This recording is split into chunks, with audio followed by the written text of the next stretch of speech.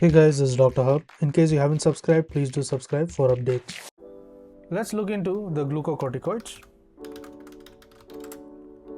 and their classification. So this includes, there is a short acting.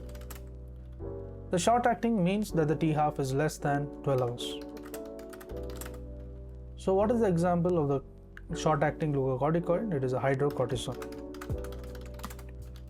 Next is the intermittent acting. It is the time period of T half being 12 to 36. It is intermittent acting.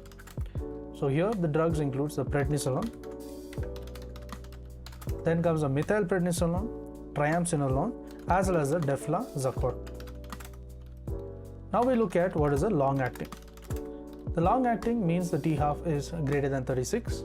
So the drugs included here are the dexamethasone as well as the betamethasone. To learn and grow daily like this, please do subscribe.